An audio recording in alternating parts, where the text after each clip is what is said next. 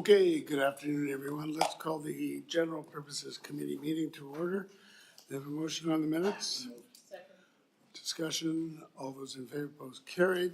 First item is the contract for parking meter equipment. Anything you want to add to your report or tell us about? Very briefly, Your Worship, I'd like to introduce Edwin to here. Edwin's been a member of the City of Richmond staff for 17 years, most recently taking on a new role as the Program Manager for Parking and Animal Services. So Edwin's insights both as an officer and then former supervisor to his new role contributed greatly to the report before you today. With that, we have nothing further to add and we're open to questions. All right, someone want to move it? Recommendation. Moved and seconded. Any discussion on that? All those in favor, opposed, carried. Thank you. Then we've got the fill application.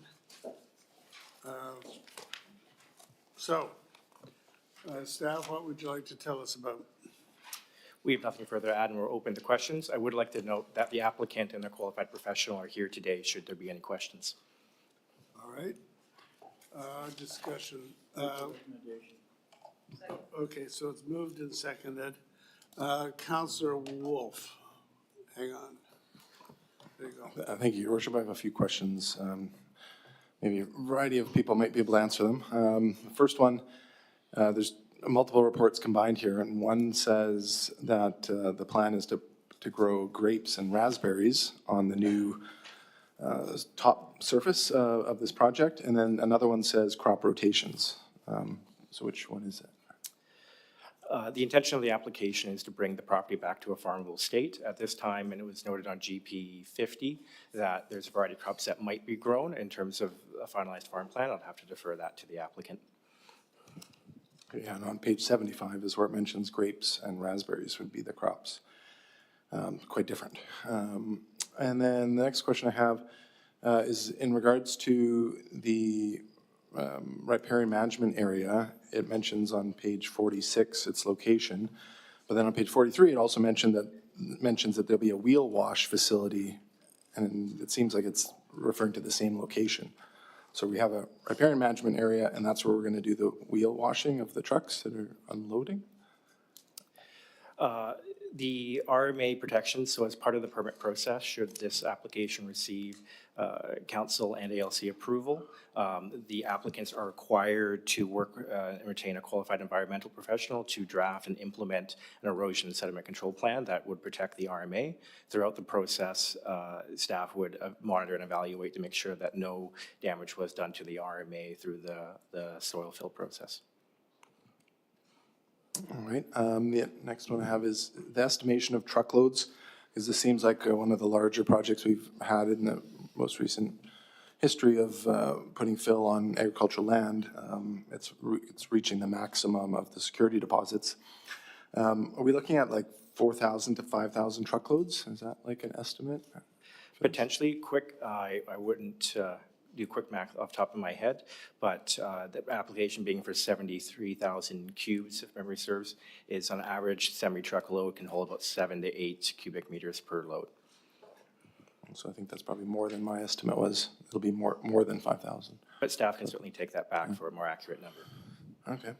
Yeah, and I just think of these roads, Stephenson Highway, 6 Road, and then right now there is no Francis Road. There's a locked gate on it, so couldn't even visit the site. I think there's a right way to maybe walk on that road just to see the site, but I do have some other concerns that I'll mention here. This is AG1, like topsoils. It's surrounded by more of the same. It mentions, which I think is a good thing, that it has a cooler microclimate that's noticeable by the people on the land here, that it's noticeably colder and there's less frost-free days. I know that's not beneficial for farming if it's frosty, but depending what the crops are, many plants aren't growing at this time of year anyway, like the raspberries, for example. And then the other concern I had here is in the mention of the sandhill cranes. There's the only habitat left on the island, on the islands of Richmond that we know of, is directly north of this. There's the Country Meadows golf course, and then just north of that is the kind of east end of Blundell Road, and that's a large environmentally sensitive area where sandhill cranes are still observed nesting, only place left again in the region. And again, I couldn't go there because it's blocked off, and I don't know how much of this exact location is used by the sandhill crane. But looking on the map, directly to the south and southeast of this property is another large unfarmed, overgrown, environmentally sensitive area, which I would assume the sandhill crane frequent. And I'm quite confident that putting in this major project is going to have impacts. And so I didn't see anything in the report of what's going to be done to compensate for that. Is there anything that I'm missing? Through the chair to Councillor Wolf, the plan as it states will not disrupt any of the sensitive areas of the bird habitat, and both the qualified professionals there to review that, but staff will be there to review and conduct regular inspections as per the policy that was developed on the Kavanaugh property. So through regular inspections, we're confident that we can avoid any disruptions, but should there be, staff will be there. Okay, I'll just close up here then. So yeah, I've just seen a number of sites that most of the people on this table have been on council when fill applications occurred, and the first thing that happened was the top surface was scraped into a pile, so the pre-existing soil or peat soil was retained so it could be put back over. And in many cases, some of these sites that I regularly go by, that pile is still sitting there. It's years later. No fill has been brought in, maybe because they couldn't source it, because there's quite a bit of restriction on where they get and what they get. And some of these properties have now gone up for sale. So I worry about approving more projects when we have such a challenge at getting the appropriate fill onto these sites, that they get the approval, they get the ALC approval, and then they flip the property and make more. Just in tipping fees alone, the owner could make, estimate here of $700,000. The city could make $75,000 to $150,000.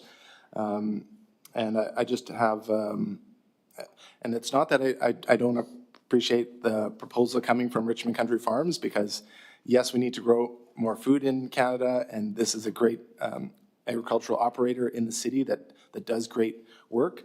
I think my biggest concern is the impacts to the riparian management area is not clearly fleshed out in here. Any habitat compensation, because I've been asking for that to happen on public or private land, and it's just not happening. And we're just causing more impact to the sandhill crane habitat and not doing anything in its benefit. And so I'll leave it at that. I can't support it at this time. Thanks. First of all, the applicant is Cranberry Meadow Farms, not Country Meadow Farms. Richmond Country Farms is leasing it, so it's in the report.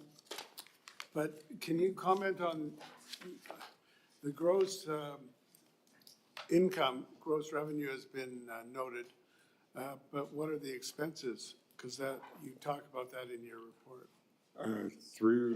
To your worship, I would like to defer that question to the applicant's qualified professional. All right, well, okay, we can hear from that person in due course. So, Councillor Heed. Thank you, Chair. Could you tell me who the legal proprietors of Cranberry Meadow Farm Limited are? At this point, staff can take that back and get back to you. However, the applicant is here if you would like to. No, I just want to know the legal entity behind Cranberry Meadow Farms Limited.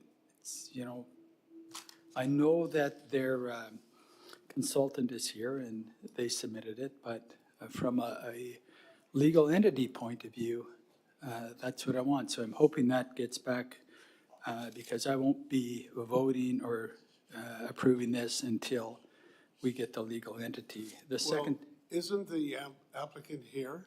To your worship, that is correct. Okay, so we'll ask the applicant in due course. Okay, the other question I have is the soil deposition monitoring plan. And you do list material that certainly cannot be deposited in this. Other than having someone there to check the loads continually, is there anything, for example, where the material's coming from originally and what the disposition of that material would be? Is it all coming to this particular location, or is it going to be sorted out? Through your worship, Councillor Heed, there's a two-stage process. One, the qualified professional works with the applicant to source the material to a reputable source. It's sampled, it's examined. And in addition to that, there are regular reports that are prepared by the qualified professional where they do sampling to determine the soil is not contaminated, that it meets our standards. In addition to that, staff do conduct inspections as well. So who hires a qualified professional that's going to be doing the sampling?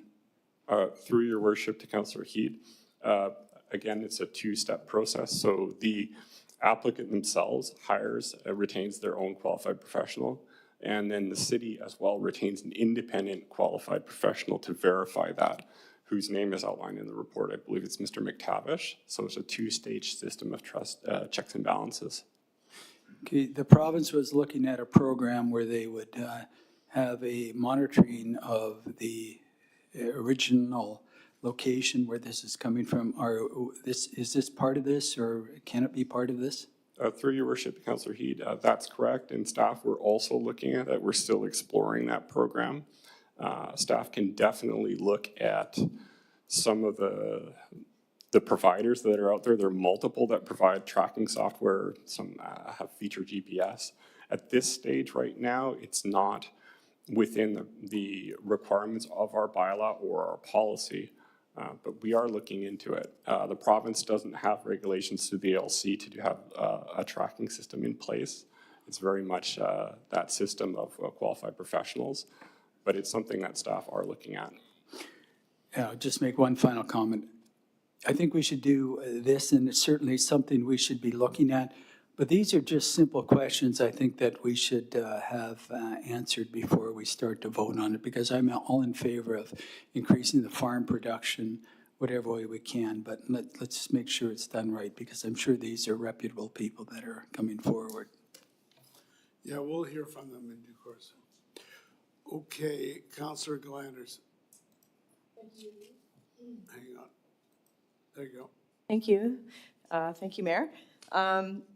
Yeah, good comments from everybody. I have a couple of questions myself. Yes, we need to increase local food production. There's some things about this proposal that make a lot of sense, just given that a lot of the peat was excavated, so the ground is lower than the surrounding farms.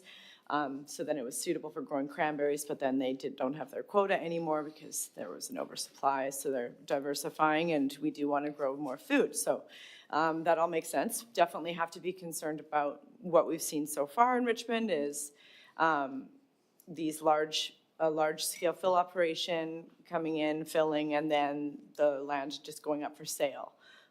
So I wanted to know, I was really happy to also see that Richmond Country Farms is going to be doing the farming, but just because they have a farm plan and they're going to be growing the food there, what's the guarantee that that land is going to get into production and the owner isn't going to want to sell? So I wanted to know if they had already entered into a long-term lease with Mr. Hogler. Through your worship to Councillor Glanders, I would have to defer to the applicant for that question. In regards to the execution of the farm plan, in regards to the execution of the permit as it's been laid out, staff have multiple different steps that they can do. There are regular inspections, and if people do deviate from that permit, the permit can be invalidated and enforcement action can take place. So it's definitely a rare when people don't execute according to the plan. There is always that possibility, but staff will be on site to conduct regular inspections.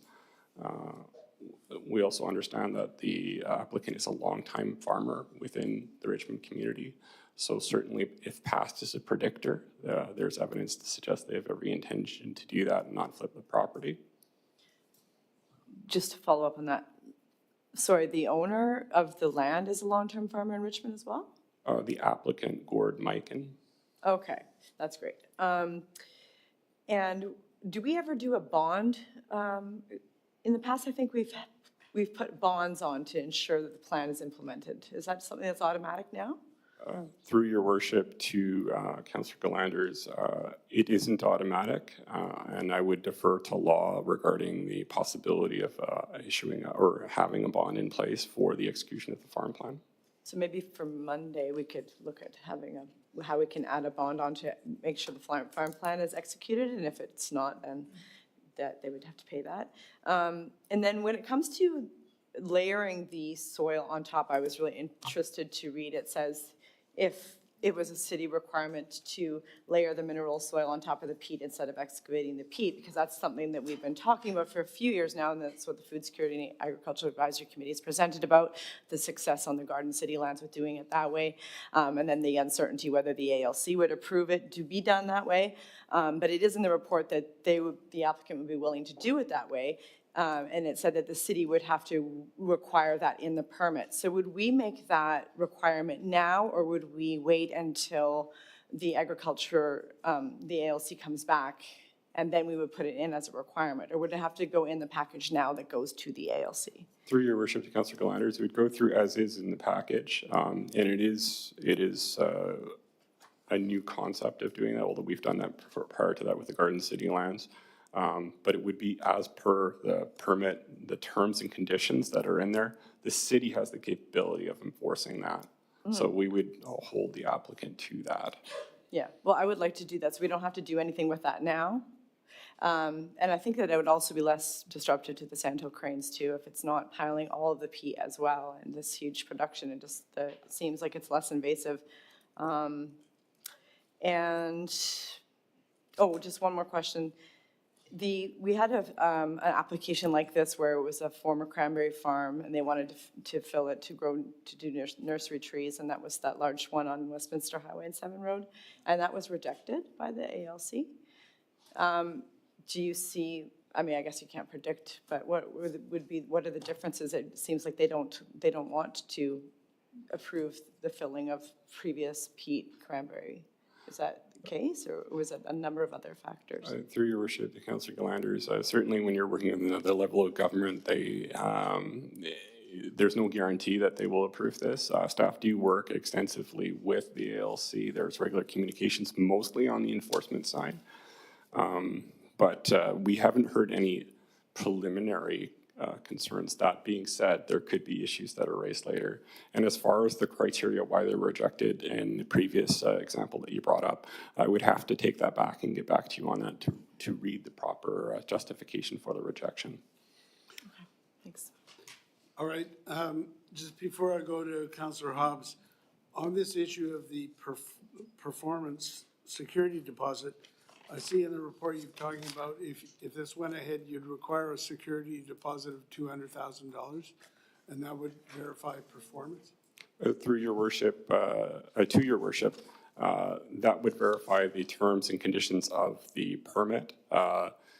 If that would, I would, again, a bond would be in addition to the security deposit, is my understanding. Well, is the bond, from your report, it seems like the ALC would be levying the bond and making that mandatory. Am I correct on that? To your worship, in this case, the security deposit would be overseen by the city. And I believe the bond that Councillor Galanders is referring to was an additional bond that was placed by the city. Well, it says in here, in addition to the security deposit requirement of the city, ALC has the authority to require a performance bond to ensure ALC's approval requirements are satisfied, et cetera, and then it gives another examples of where that's happened.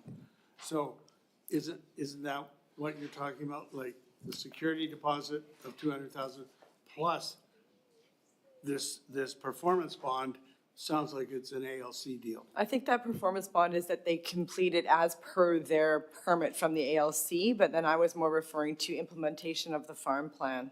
But we've got a security deposit to ensure that. To your worship, it's the execution of the project to get it ready to farm, and typically ALC follows a similar process. The actual, planting seed and getting it Okay. productive is usually a separate process. All right, so you're talking about the process of the soil deposit. To your worship, that's correct. And then after that, it's up to the farmer like every other farm. To your worship, that's correct. Yeah. Okay. Councillor Hobbs. Thanks, and through the chair, well, thanks for the report, first of all. Pretty comprehensive, including the consultant's report. There are issues in reading it that seem to have rendered the land almost unfarmable, so including drainage, previous activities that have happened on the land. So I think some of the points that have been raised here are good in terms of the source of the soil to be put on the land and the inspection process and how do you ensure the quality of that. And we've seen different examples of that through Richmond. The only thing I want to just clarify is it hasn't been farmed for some time. It might have been 2017 was the last time it was farmed, but is that correct? Just briefly.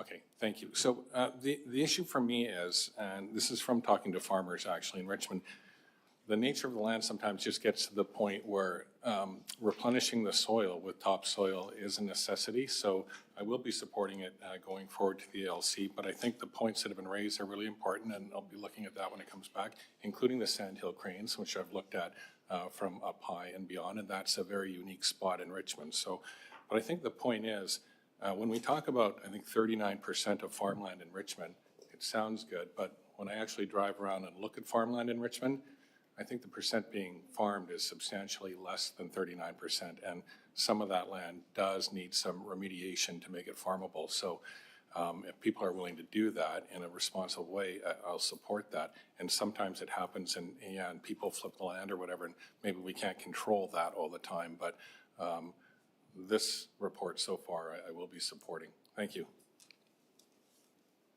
On that point of selling it or flipping it, if someone gets permission to do this, to bring in this soil, and then they go through the city, they go through ALC, okay, and they've got the permission, the security, everything's in place, and they sell the place,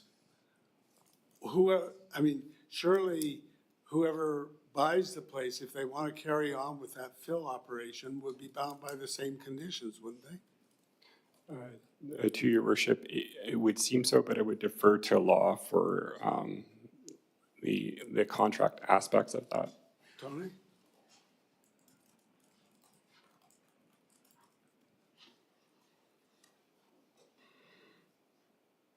Your worship, they would be bound. Okay, thanks. Councilor McNulty. Yeah, thank you, and thank you for bringing the report.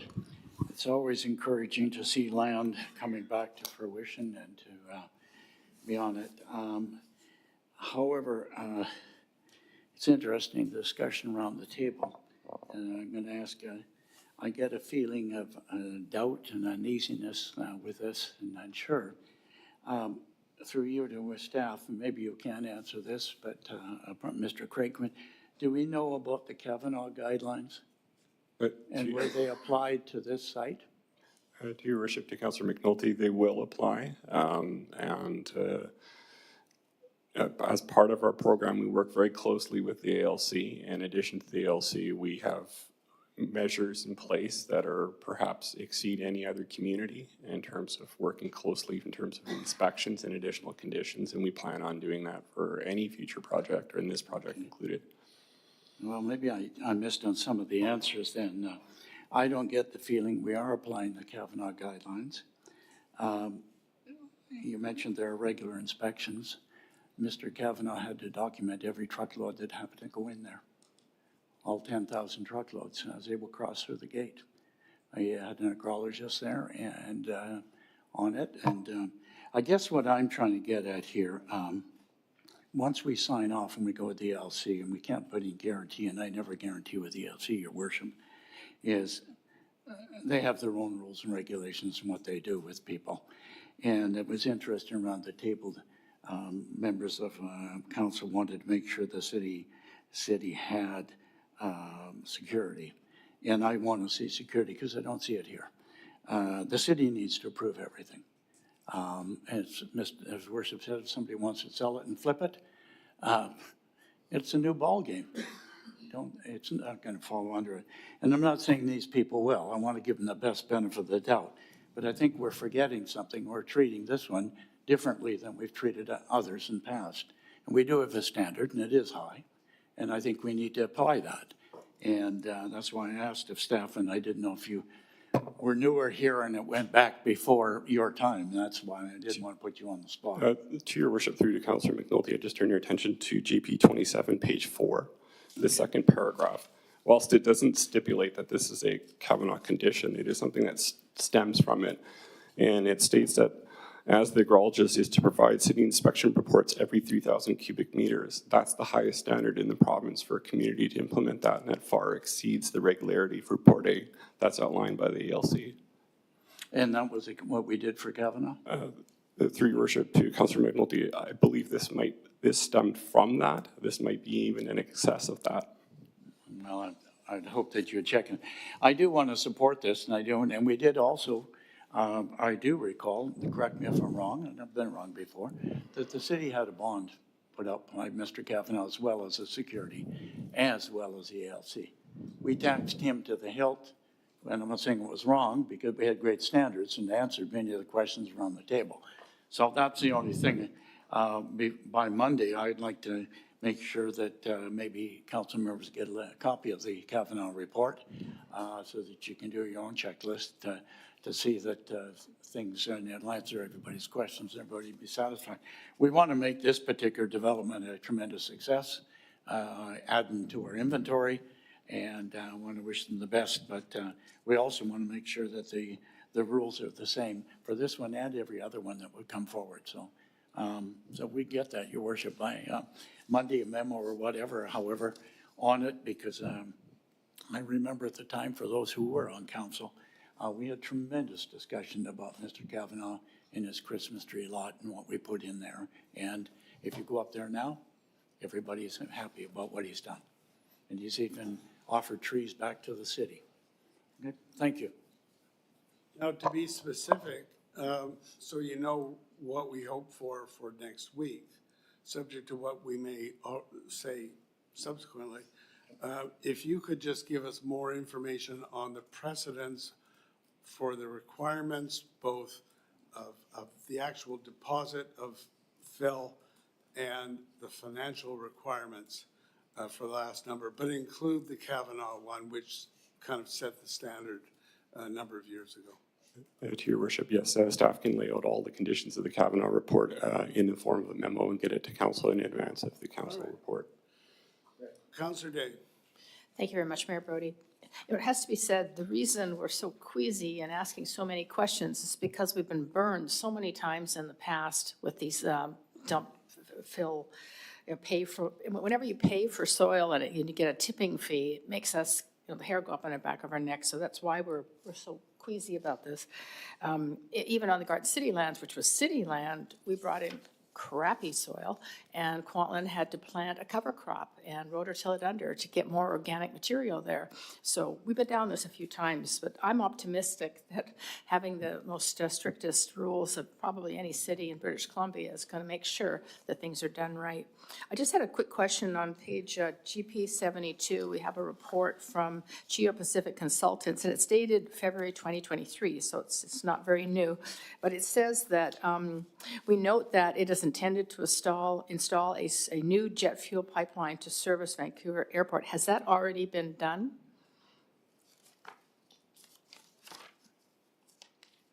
On the first paragraph. What page is this? GP 72.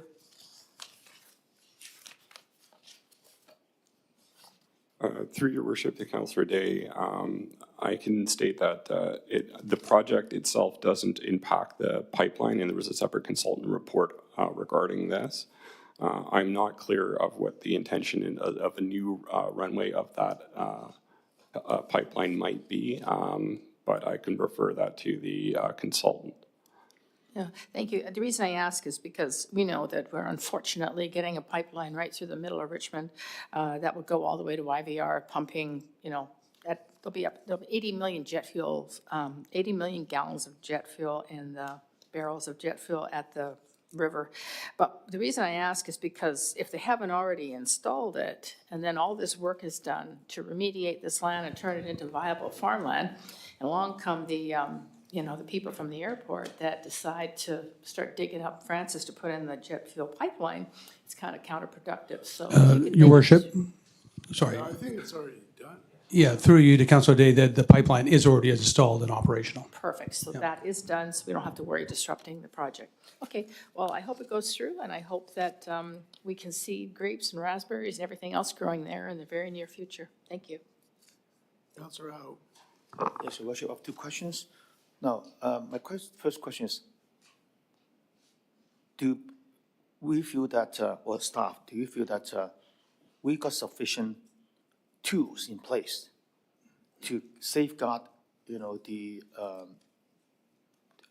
moving forward of the project according to our requirements? Through your worship to Councillor Au, yes, staff have a variety of different enforcement actions they can take, including the withholding of the security deposit. If farms are not productive, if they're not being farmed, there's other things, other agencies that staff can engage with, for example, looking at the tax status of the property as well. So also there's all the provisions within the ALC. So staff does work well with other agencies, and they have a track record of some court rulings. Most recently, we've seen a ruling of in excess of around $100,000, which is one of the largest rulings that have come down against property within the ALR that's zoned AG1 as well. So yes, we do have proper tools in place. Very good, thank you for that answer. My second question is also related. Now, people are referring to past history. So again, when I remember that we have raised the bars, making it more restrictive in all these years. So until recently, so we have the current standard. So after that, what has been the compliance? So are you, finding violations? Or, we're talking about violations in the past, which is according to the old regulations? Through your worship to Councillor Au, staff do continue to find violations, and there's basically two streams through which staff determine there's violations or become aware of it. One is our proactive inspections that go on where staff go out to the ALR, and not just the ALR, but go to properties where they believe there's fill going on, and they'll actively interdict that. They'll issue stop work orders, and then from there, enforcement action ensues. In addition to that, staff do receive word from people within the community in terms of response and complaint, and we regularly maintain ties. So there is a sort of good neighbor type program that's out there for farms in terms of reporting. Good. Yeah, personally, I believe that we should have this moving forward. I think we brag about the farmland that we have in Richmond, saying that this is the best in BC, and recently, the talk is that it's the best in Canada. But unfortunately, I would say a large proportion of the land is not being farmed. So I hope that, we can have more projects like this, make the land farmable and move forward. Councillor Liu. Thank you for the report. I appreciate it. The particular piece of land is it's a separate parcel of land quite a ways back from from number 6 Road. Is that correct? And then it has access from Francis, but Francis is a farm road. Is that correct?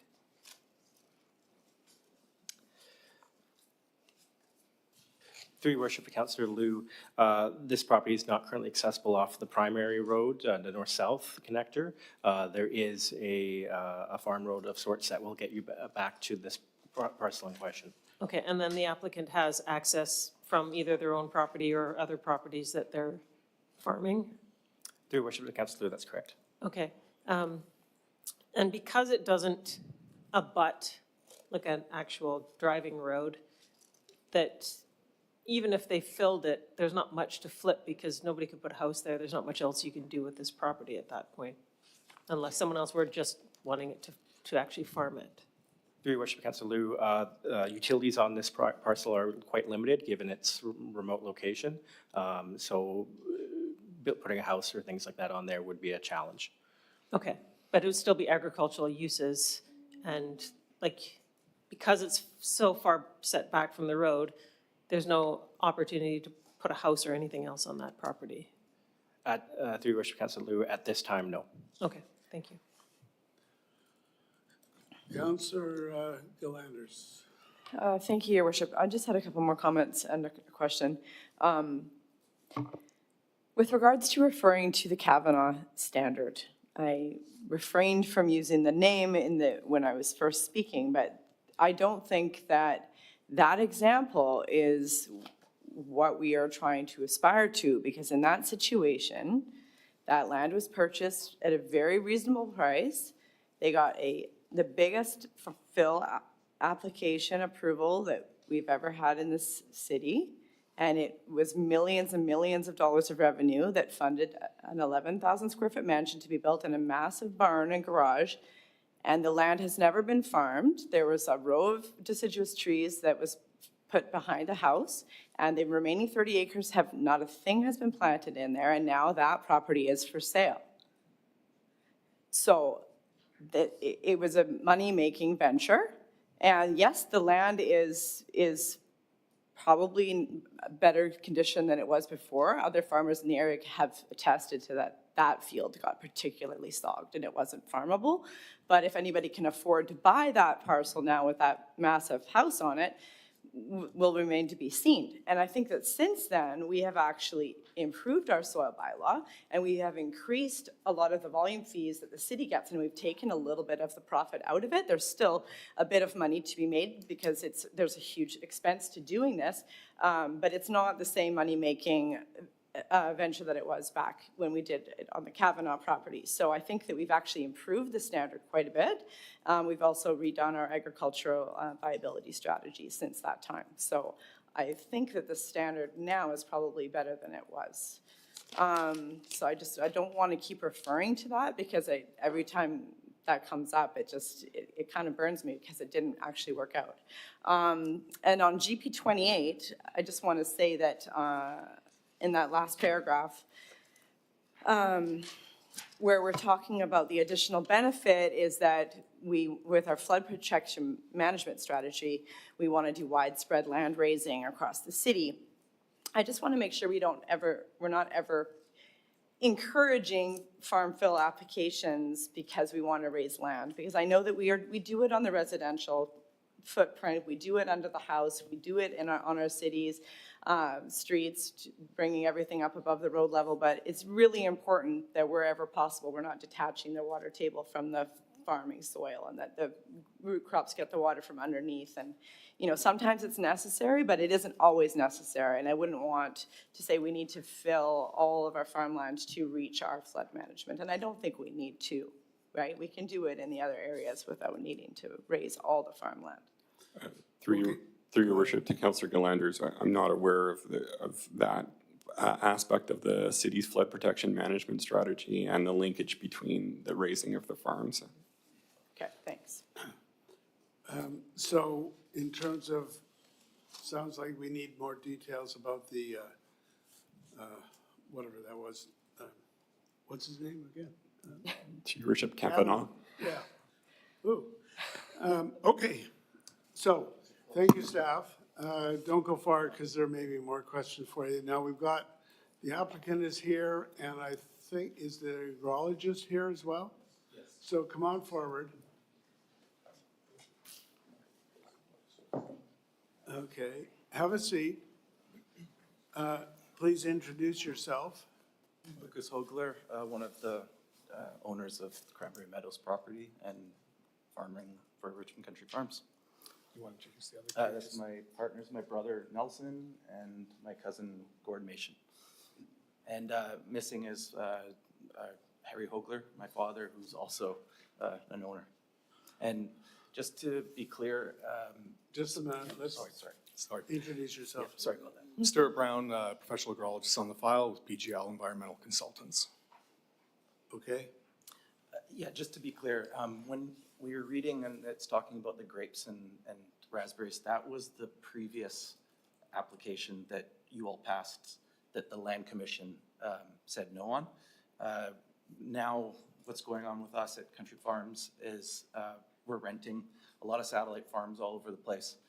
And I have 100 acres that I can't even pay somebody to tell me who the owner of the property is. I don't know if I'm gonna be there tomorrow, 2 years, 3 years. There's no security here. And we're also being most likely a threat of expropriation for the tunnel project.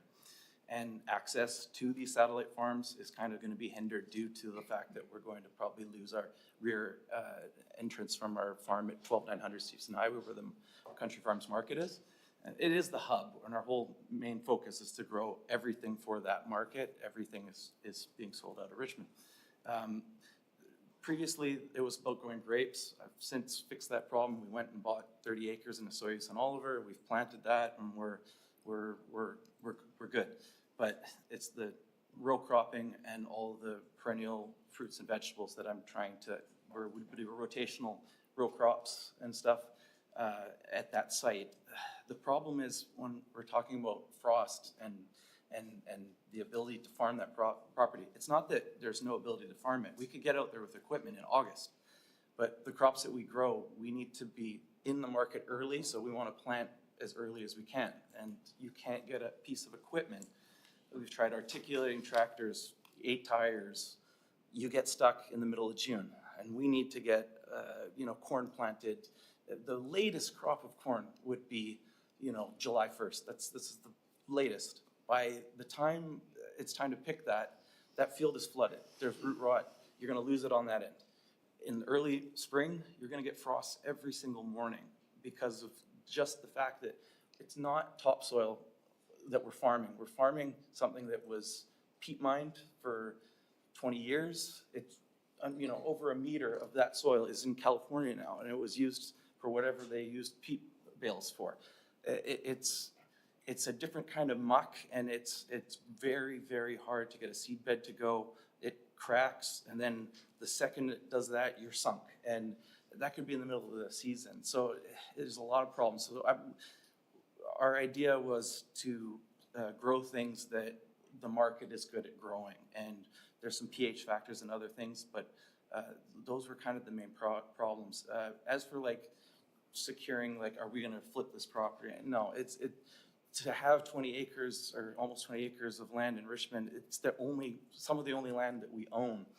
And we want to make that like a showpiece. I don't forget the Kavanaugh standards. We're going to be better than that. And so I don't think you have to worry about us in that respect. And I plan on farming until as long as I can. I don't think this is when you put a lot of standards on how a fill site operates, it's not a money pit, money making or whatever like that. We're really just wanting to be proud of this piece where we can get on and off of it and plant and harvest the crops that we intend to grow on there. Did you want to add something? Yeah, there were a number of questions that came up just with respect to confirming the quality of the material that will come to site, ensuring that it's going to be for its end purpose. Our report outlines the soil management requirements. The ALC will also be on top of that as well. If ourselves are retained to do the monitoring, we've done this on other projects. It is looking at the soils from the origin site, verifying that they do meet the BC contaminated sites regulations for agricultural land use to ensure they're suitable, but then also ensuring that they're suitable quality, not just in terms of the chemistry, but they're going to be suitable for agriculture. That will be managed, you've indicated, in terms of the reporting structure the city would be looking for. The ALC will also have that reporting structure to ensure that it is meeting the requirements of any approval that should be given. I think what's important with this application as well is that there's a lot of the terms of fill site on that. It is a soil deposition. It is for agricultural suitability. The property as it is has an improved agricultural capability perhaps of Class 3, Class 4 on a Class 7 scale. This is going to increase the capability to Class 1, Class 2. With all the measures put in place, we're confident that we're going to be able to create some valuable, well-needed agricultural-based soil for here in Richmond. One of the other comments that have been coming up, concerns about environmental management areas. I think there was a little bit of misunderstanding. The wheel wash will be during soil deposit. It will not remain during operations, so there won't be that long-term impact. The report does identify that a lot of those environmental management areas are somewhat limited by Francis Road by the ongoing agricultural activities or potential. That setback can be adjusted. Currently, it's about a 1 meter offset from the base of the toe, but if there's a concern for that to be increased, that can also be accommodated as well. There were a number of questions, so if there are any additional, I'm more than happy to. There'll be more questions. Let me start off. One of the questions we've heard is, we've heard a number of different people, Gordon mentioned yourself, your family. So whose application is this? So Cranberry Meadows was the company we created when we had an ocean spray quota and we're growing for ocean spray for 10 years. We were so bad at it, they actually asked us to stop growing cranberries. And so we thought we would try to, get into things that we know how to do, I think. So, but that's the owner of the land? It's Cranberry Meadows and it's a partnership of, like 5 of us, or 4 of us, sorry. Are you All talking? family. I'm the cousin, and my name's at the head of it. And we've been doing this, we put this application out, first one in 2014. Okay. 2014, and we planned on being ocean spray growers when we bought this property. And we made it a Cranberry Meadows Farms name because we were gonna be a cranberry farm for that property.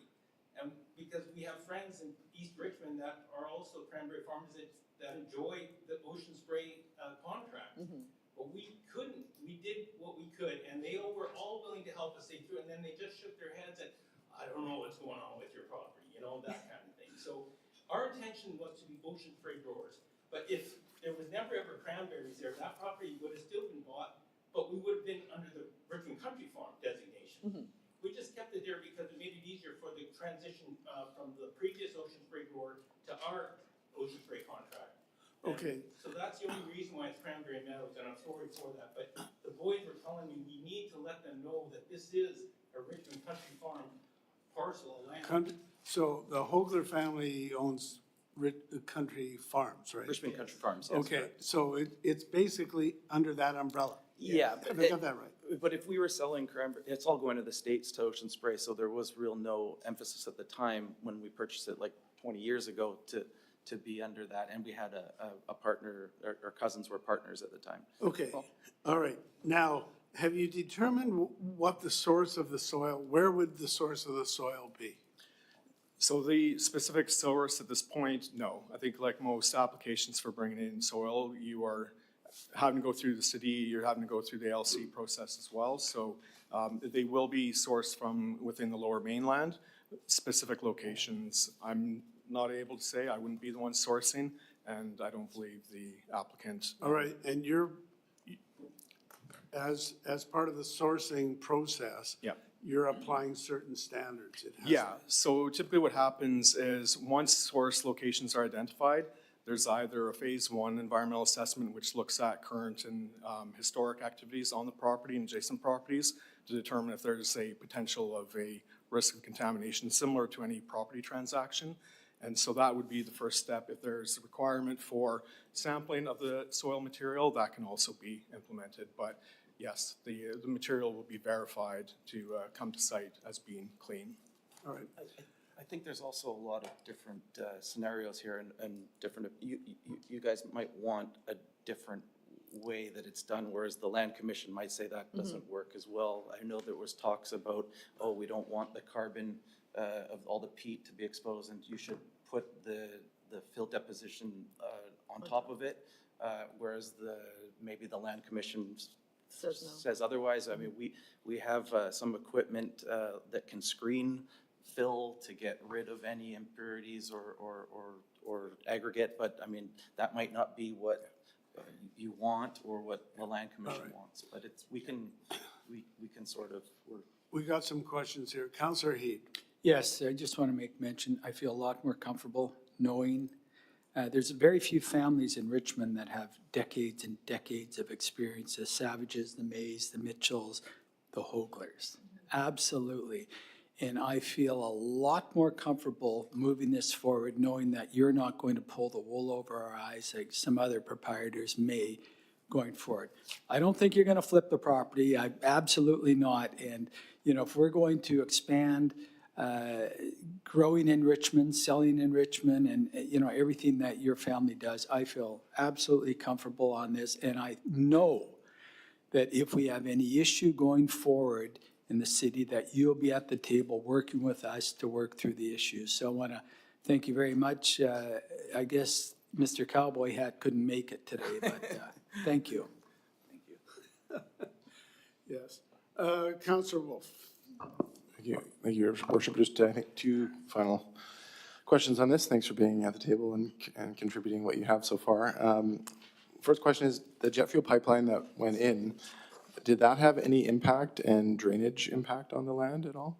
No, one of the requests that came from City of Richmond during the initial application was to verify there weren't any geotechnical concerns with the pipeline being put in place. That was the concern as it applied to the project itself. So yeah, there hasn't, to my knowledge, been any impacts to the property itself, let alone from the drainage. It's more of a geotechnical concern. Would the fill activities potentially adversely impact the pipeline? It's determined no. Thanks. My second one kind of has multiple parts to it, but it's about Sandhill cranes, and I went with the biologist, Miles, who is knows them well, and I recall him speaking about them using the golf course in addition to the northern land, and I don't remember it precisely, but I'll talk to him after in the next couple of days, that they used other areas, and I assume they would have walked onto your property and perhaps the property to the south. Do you know if that can be confirmed? And is that also part of your ownership network, that they what was probably peat mine just like yours, but then never done anything with it and kind of rejuvenated back to I believe that's owned by Eco Waste, and I believe that that's native. I think land, it's been up, has not been extracted.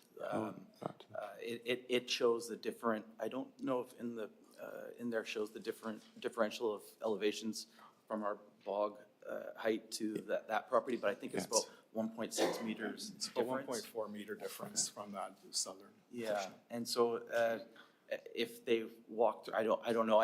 There's probably a little more of a path of least resistance from the east side where the Eco Waste property is, because it's a little higher there. They might be crossing. There's a large ditch as well there, I think, that separates us and Eco Waste. So again, my final question through your worship then is, would there be any opportunity to, I know it was mentioned on the riparian management area, to kind of have the setback.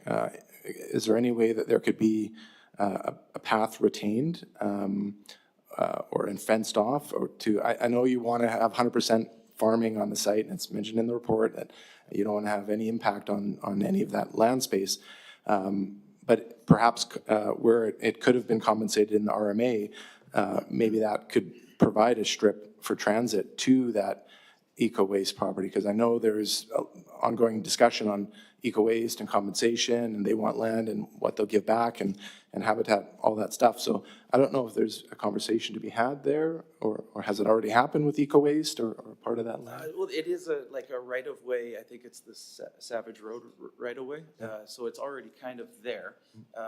And that doesn't really show it, but to the north of Country Meadows Golf Course is a very large, much larger kind of wetland area that was also part of that, extracted peat area as well. I feel like they tend to stay more on that north side, but if they were, the easiest way is through the golf course and to that east side where Eco Waste and the cranberry or the bog is separated. Okay, thanks. Those are my questions. I'm going to consult with the scientists before I can give approval to this at council. Thanks.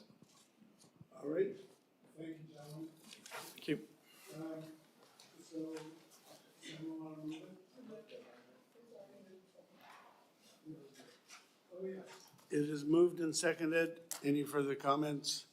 Okay, we'll call the question. All those in favor? Any opposed?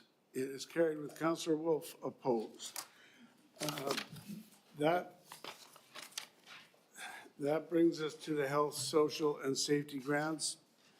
Dorothy Ho, anything you want to add to your report? To your worship, I have nothing to add to the report. I'm happy to answer any questions. All right, Councillor Day. Yeah, okay, I have a couple of concerns. On GP 116, the second one down is called Mission Possible Compassionate Ministries, and it's a new application for $10,000. So I've done a little bit of research on this organization, and last year, they helped 10 people in Richmond. That was from an email from Matthew Smedley, who is one of the directors. This organization has 8 directors, and their plan for Richmond is to run 3 workshops on 3 days in Richmond at Rain City, and they're going to help 2 people get a job for 3 months. That's it. And they had a record of, in downtown East Side, of helping a whole bunch of people, but they are based out of the downtown East Side. And to give $10,000 to this organization when we have so many other organizations that are looking for cash doesn't seem logical. I mean, at 10 people that they helped last year that came from Richmond. Let's get staff comment on this. Yeah. Through your worship to Councillor Day, this is a pilot program that they're trying to do in Richmond to get in partnership with Elderbridge Supportive Housing.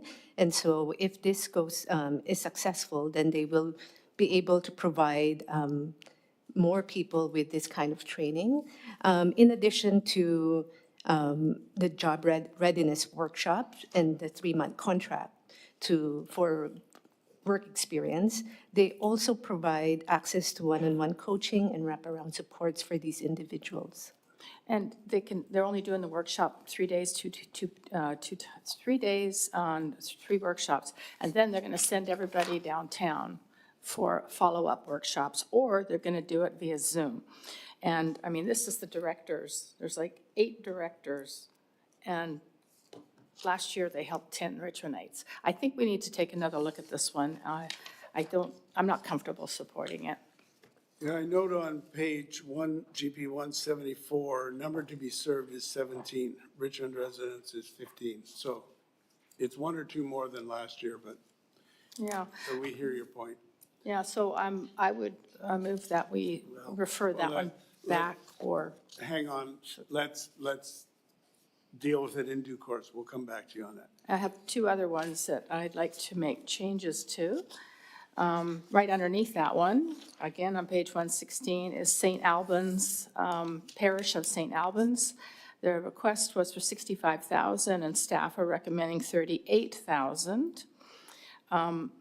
They do amazing work over there. They served over 24,340 people last year.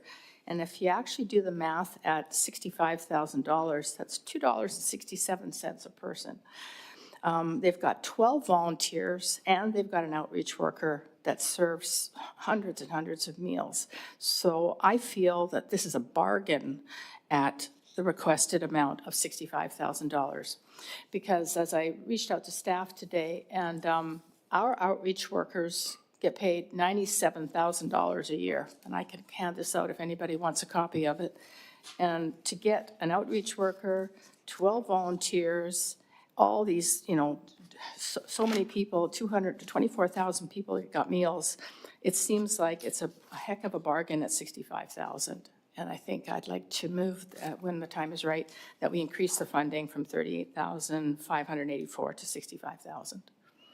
Understanding that on all these grants, we have no room within the grant budget to do Yeah, this. so we would have to pull that money out of contingency. Well, fair enough. And Frank, but I also want to make the point.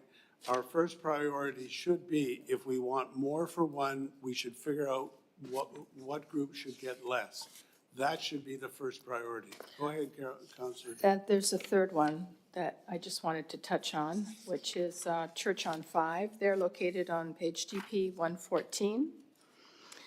And again, it's amazing the work that this group does. They've requested $110,000 and staff have recommended $25,000. So why should we consider the 110? Because they have 2 after-hours outreach workers, 2. And like I said earlier, we're paying our outreach workers $97,000 each. They have helped 264 people last year, which works out to $1.14 a day. Again, I think it's a heck of a bargain. But the big thing that I think really makes them stand out isn't the 25,000 meals they served, it's the 85 referrals that they did to detox for clients. They also did 108 referrals for shelter, which wasn't in Richmond. They ended up in New West, Vancouver, Burnaby, and this is all on GP 178. And I have also of information from Church on 5 that I requested today, and it goes into the detail of all of the work that they've done in the last 12 months. I think it's on 144. The last one was on that 178. Yes, right, you are. It's page 144. But this report goes into the details. I wish that we had this kind of detail of how many people we referred to detox, how many people we referred to housing, and how many people we helped with our own 2 outreach workers. So I would make when the time is right, make a motion to increase that funding from $25,000 to the full amount of $110,000 to allow them to continue the amazing work that they're doing and keep those 2 outreach workers doing what they do best, which is taking care of people that desperately need help. That's it for me. Councillor Galanders. Thank you, Your Worship. On GP 114, there is a new one. Christian Addictions Recovery Ministry Society new. They asked for $18,000. We recommended none. They put on a movie night here in Richmond that was put out to the church fellowship to spread the word and to have youth come and watch this movie and to have a discussion about substance use, and it's a preventative measure. And we wanted to put some more resources into prevention. It says that it's not recommended because there's a duplication of existing resources. And I was looking through and I don't see anything else that's quite like that. And I was just wondering what the duplication was. Through your worship, the Councillor Galanders, the Christian Addictions Recovery Ministry Society is requesting for $18,000 from the city, and they'll provide the remaining amount. We have Richmond Addiction Services Society that provides programming for substance use for mental health, and it really boils down, and like a number of these initiatives are, they're needed and they serve the community, but at the end of the day, there is just not enough budget to go around, and we have to make that decision.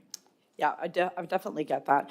And I was looking through the list and I'm seeing, there's some big organizations that are not even based out of Richmond that we could give money to, that we do it every year, and we're giving them the same plus a cost of living increase. And I was looking at, like Big Brothers of Greater Vancouver, Big Sisters of Lower Mainland, we're giving them more than they asked for.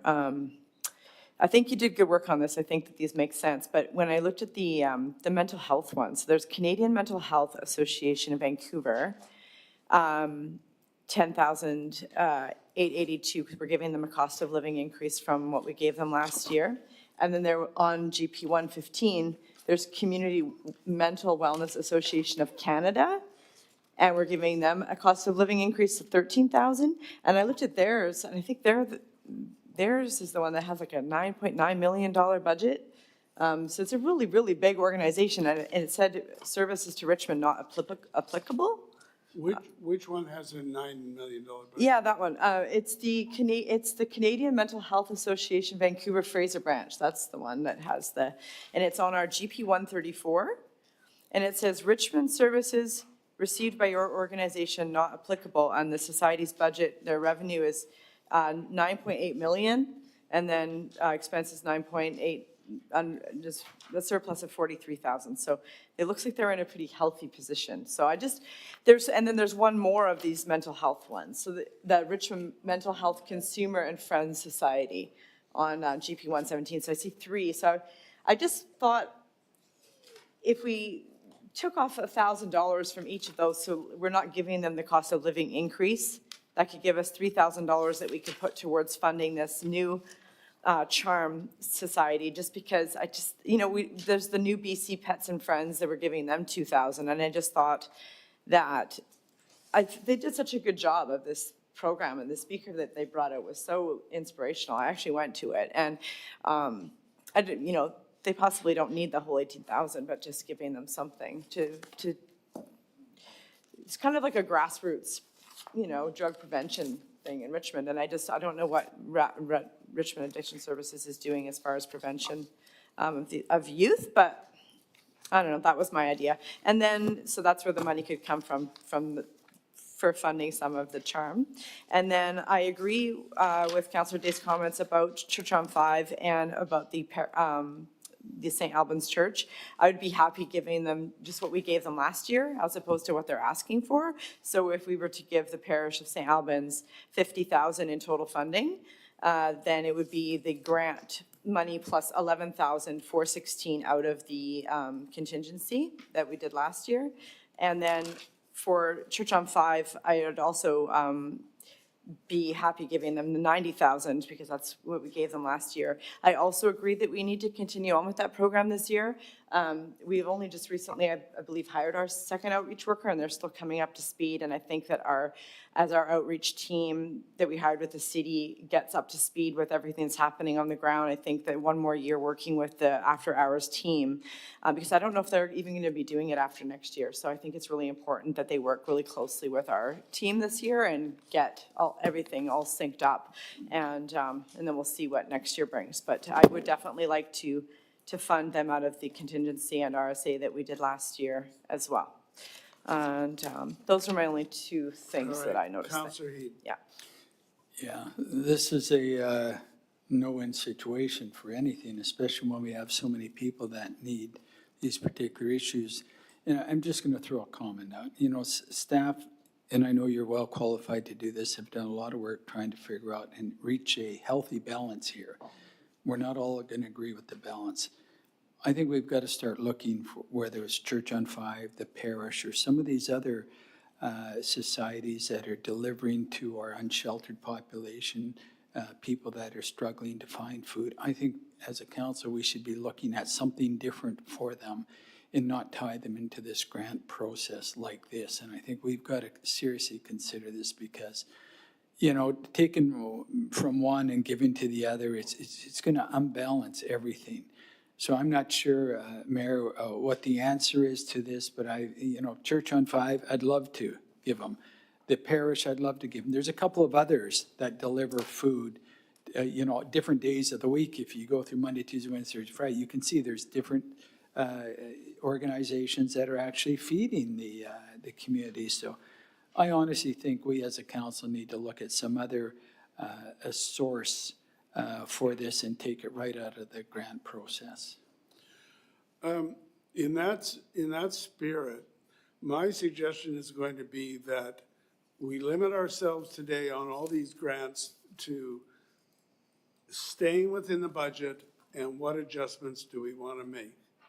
And then secondly, we can refer any of these organizations where people want to take something out of whatever the surplus account is, the provision or whatever community fund, and let's have a report on that. And then we can specifically deal with that and not have it bound by the grant process. That's what I'm going to suggest. So for instance, Church on 5, we did give them more last year, but it was a separate thing from the grant process. And I take Councillor Heed's point that we really have to, either we have a budget and a process or we don't. So, but that doesn't mean you can't have some adjustments within that for the time being. And then just be thinking of who you want to refer to staff if you like my approach. Who do you want to refer for more information to staff? So, again, going to Church on Fire, I know they're going to come and speak to us in a week or two. Okay, so we have Councilor McNulty. Yeah, thank you, Worship. First of all, I want to say the staff, you did a great job on this in coming to. It's a very, very difficult one. And actually, this area, in my opinion, is a no-frills area where people are existing. And when we look at everything from our mental health to our social services, remember, all of this is a download from other levels of government. Don't forget, it's a download. Maria, you can quote me on that. And it's a lifeline for these people. That's the thing. And I agree with the mayor. I think we should approve these because this is the people that have the greatest need out there, okay? And I'm not going to belittle the other grants, but a grant is just a grant. And these people are existing themselves to help our human beings. And we do have a couple of other, I have a council contingency of $100,000, and we have a council provision of 1.16 million that we can do later. I think if we pass the base tonight and then we go with the others, I agree with Carol, I support. You know, when you look at St. Albans, small parish, a very aging parish, I spoke to them, their songs of the evening during the Christmas over there, and I looked out there, and there were a lot of people older than you people around the table, but doing what they can with the gymnasium. So I think this is our humanitarian aid area, and I think we should go with what's recommended. And then, as the mayor says, I think between now and hopefully Monday, if we have to, I'm not sure we can maybe do it tonight. I guess we could, because I'd be prepared to move taking $105,000 and change out and giving those that are doing the most, like Church on Five, extremely active. Many of you have been to the community meal. You've been to the church. You see the work they do, et cetera. You know what St. Albans does, et cetera. And we go with that. So I'm very supportive of what's on the table. When I look at it, it's $497,945, not an awful lot. But Premier Eby, are you listening? Because we'd like that check back in the mail on that, because that's the areas that should be funded.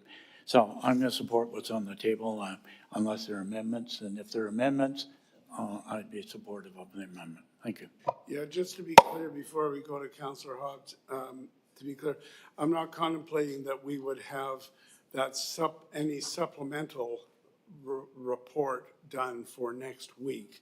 I mean, we've got another GP in 2 weeks, and I think that would be ambitious enough. Councillor Hobbs. Thanks, and through the chair, thanks again for another very comprehensive report. I agree with a lot of the comments made around the table already. I think one of the difficult things is living within the budgets that we establish, because there's so much good work being done in the community and so much more that needs to be done and still isn't being funded. But just to clarify something in my mind, when I look at what we've spent previously and what the budget is, the 497 that's been mentioned, and kind of the 1.5 million that it rounds out to when you look at this report, is it fair to say that that amount of money has increased fairly substantially over the last period of time, what the city is committing to these types of charitable work and work in the community? Through the worship, your worship, to Councillor Hobbs, yes, that's correct. Yeah, so my concern, and I have no objection to making an adjustment or an amendment down the road, but I do support the budget as is, and the concern I have with even using contingency funds is that, you know, we go to that source a lot, and those are limited sources as well that get used for multiple things. And, you know, as has been mentioned by other councillors around the table before, there is only one taxpayer, so ultimately it all comes from the same source.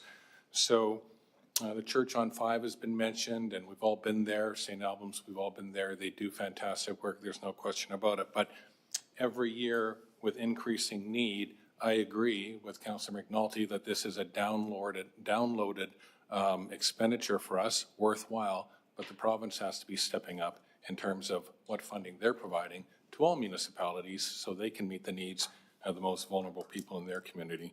So no question it's excellent work being done out there by all the groups, and if we end up making some adjustments down the road, I'm willing to look at that. But I do think it is really important as we go through this year. For me, I'm trying to look at all the future impacts on the budget, and even though it might be a contingency fund in some way or another, that does impact the budget overall. But anyway, I'll be supporting what's in front of us, and I'll listen to whatever other amendments somebody might be making. Thank you. Councillor Al. Yes, Worship. Well, I think this is a very difficult exercise for staff, because demands always exceed supply, in terms of resources that we have. So I think it's a very difficult decision to make.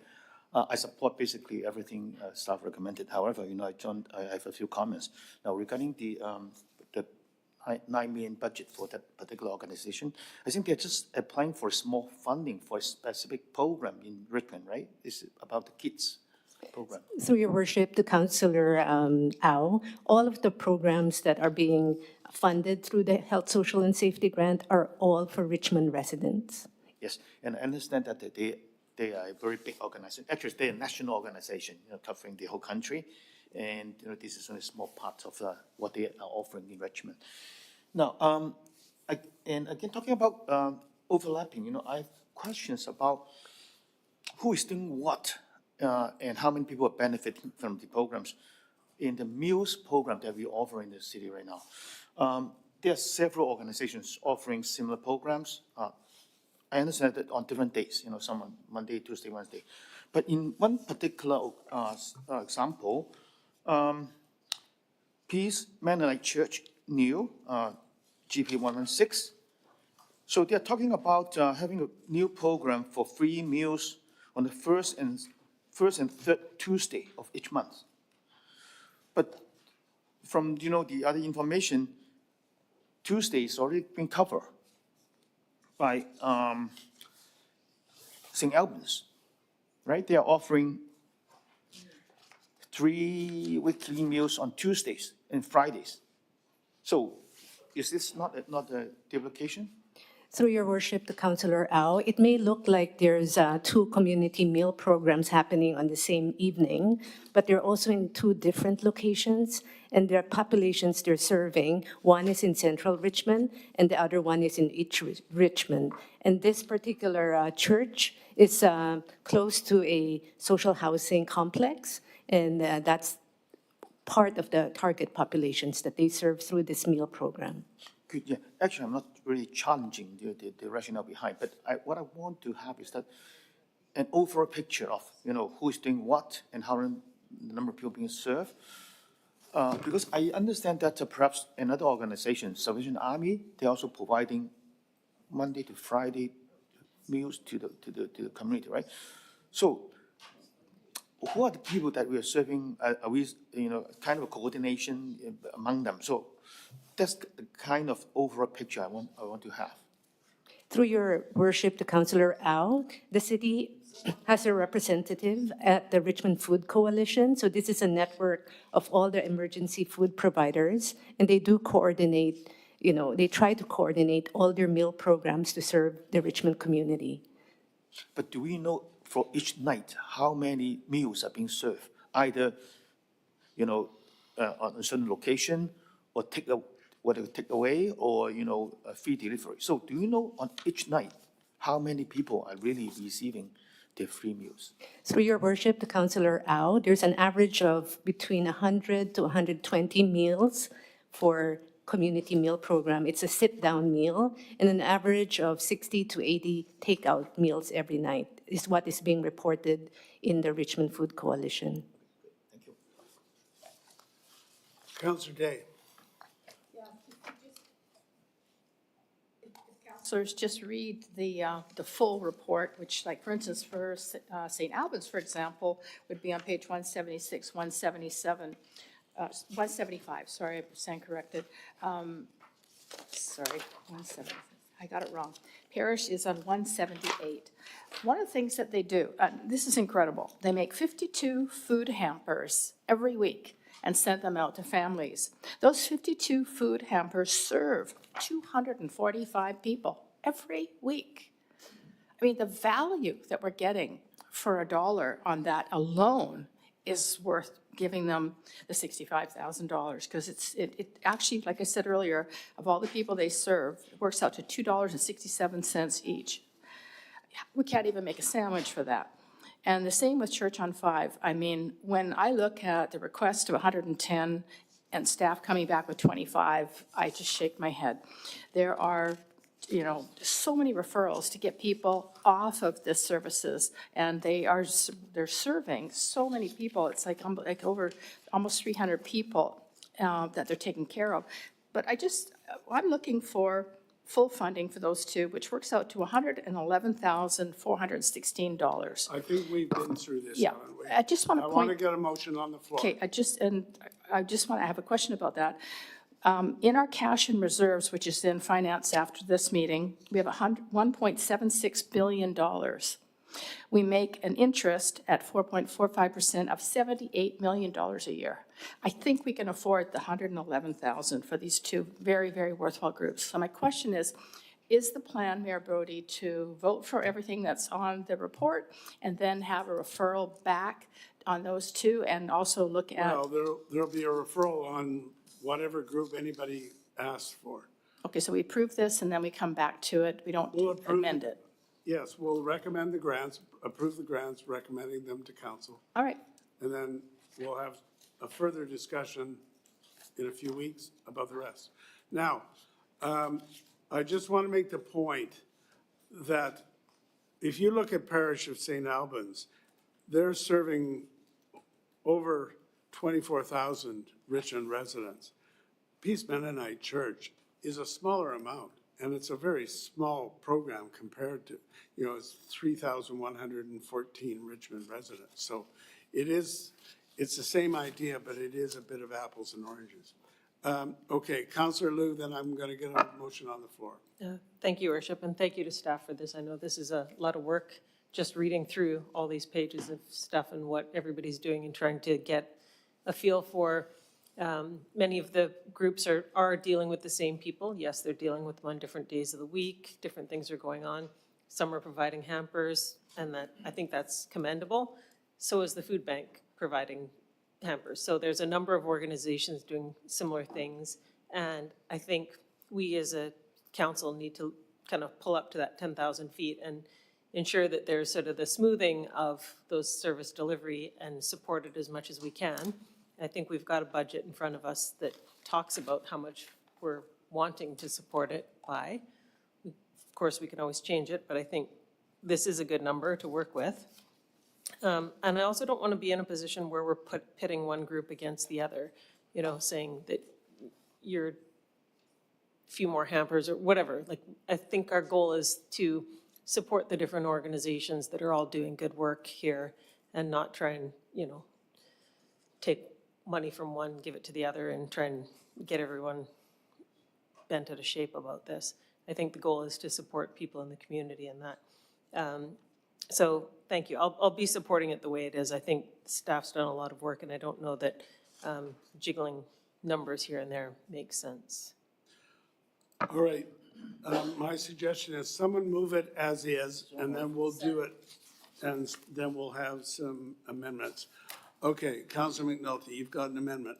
Okay, I'm going to move that we add the 111,416 as mentioned by Councillor Day. And For that, what? That money would come from the, No, we've already said, we're gonna live for within St. it. Albans. We're gonna live within this budget, Right. and then we're gonna have a referral for more money to more groups. So if you want an amendment at this time, simply, you're gonna tell us what group is going to get less and what group is gonna get more. I'm not going to take any money away from them. I would like to add to Church on Five in St. Albans. No, that's not tonight. We're gonna have a referral and we'll deal with that separately. Why can't we do that tonight? Because we know where the money is. Because we want to get a full information on it, we want to focus on it, and we want to know options for funding sources. Okay, well, then, okay, I'll speak to the motion then. I will be supporting the base and we'll follow the process on it, but give notice of motion verbally that there will be changes and some amendments for referral. in that, because I don't believe we can take away from anything on here. They all do a great job. And as I said before, these are their lifeline, and without it, there'd be no services. And you have to know, as some councillors, you have to go to these events and have to know who they're serving and be there and sit down. When it talked about the duplication, I was just talking here, when St. Joe's has a community meal, on the same night my church has a community meal, there are two different groups. There's 134 at Gilmore Park, and about 120 at St. Joe's, and they're approximately a mile and a half away from each other. That shows you the need in the community. It's not the same 120 walking around. It's 300 people that need help and more. So I'll be supporting what's on the floor. Okay, so I'll take it from those comments and others. We'll make a motion later. The referral will include St. Albans and Church on Five, is what you said. Councillor Galanders. Thank you, Your Worship. Could I attempt an amendment to take the $10,000 from Mission Possible Compassionate Ministry Society, the new one that Councillor Day had the concerns out of this budget for now, and add that to the referral for staff to come back with some more information on that group? Because I think that the Tapestry Church also works with the residents in the modular housing. And then that would give us 10,000. That wouldn't give us any more room in this because we might end up giving it to them. Well, you could take it out of here, an amendment to just simply delete it and then put it onto the referral. Yeah. Is that what you're doing or no? Yeah. Okay, so the motion is to delete Mission Possible, and then that would, with the idea it'll go on to the referral. So Yeah, and it's then I moved. wanted to add. Just a minute. Okay. Go ahead. And we can add, so we're gonna be reviewing that $10,000 ministry one, could we review the Christian Addictions Recovery Ministry Society in the referral as well? If you want, but right now we're looking for amendments to this thing.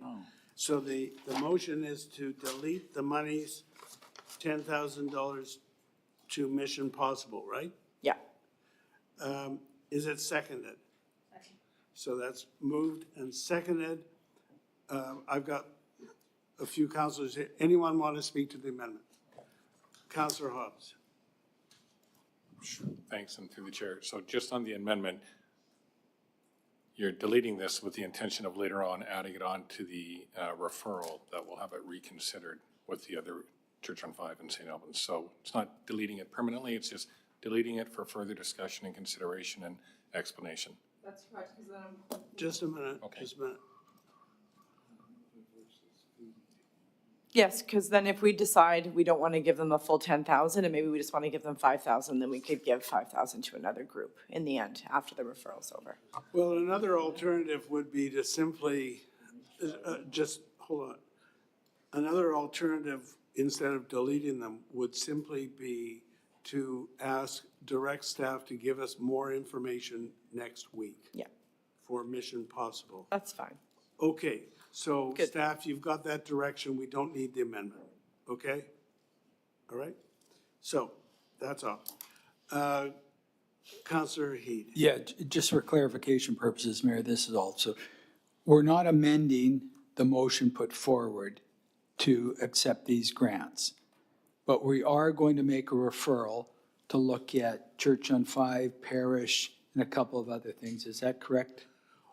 Well, yes, but you can also, as between these groups, you could say X should get less, 2,000 less, and Y should get 2,000 more, if that's what you want. That's the kind of amendment I'm looking for now, and then we're going to have a subsequent referral to get more information on Church on Five, Mission Possible, and St. Albans are the three that have been mentioned so far, and there'll be more. Okay? Councillor Day. All right, so we're just, sorry to ask the same question twice, but it is a little confusing. So we'll go ahead and approve this, and then we'll have a follow-up motion, right? Just to be clear. Thank you. So there has been the direction to staff to get us more information on, For which one was it? Was it Mission Possible? Mission Possible? Okay. All right, so I'm going to call the question on the grants budget, which is exactly as written, with the one caveat that we're going to get more information on one group. All those in favor? Any opposed? That's carried. Okay, thank you, Dorothy. So, oh, yes. The refer. Okay. Staff for further information. Okay, so it's Mission Possible, Parish of St. Albans, Church on Five, and the, what's it called, Christian Addictions? Yes. Okay, so it would be those groups and the recommendations of staff as to whether they should be given more money, any amount in addition to the grant, and potential sources of the funding. So that would be the referral, and I've heard of those four groups. Is there any group to add to that? Councillor Liu, you had your hand up. This is on, let's have that referral motion. Moved and seconded. Yeah. Okay. I just wanted a little bit of clarification. So when you come forward with some of the information, obviously you put the Mission Possible on here in the first place. You had some reasoning behind it. I'd love to hear more of that, because it seems that, well, it's not just the numbers of the people I think that we're dealing with. I think we're looking at a continuum of what we're trying to achieve. So many of the groups are providing a meal. They're providing outreach so that they get referred on to the next level. But this sounds like it's even the next level. So people are finally got into housing. We're now trying to get them employable, employed, and steady in employment. And that may take many more hours with one individual person, whether that's supports or whatever. Because we know with Pathways, they have that program where they support someone. They have to actually shadow the person and like go to work with them for periods of time. So getting somebody into an employment situation is a far bigger ask than providing them a meal. It's the teaching them to fish rather than giving them the fish. So while it's more expensive and you don't get as many people served, the turn of the dial is so much more for that person when they're able to get a job. So I think that's a really important piece.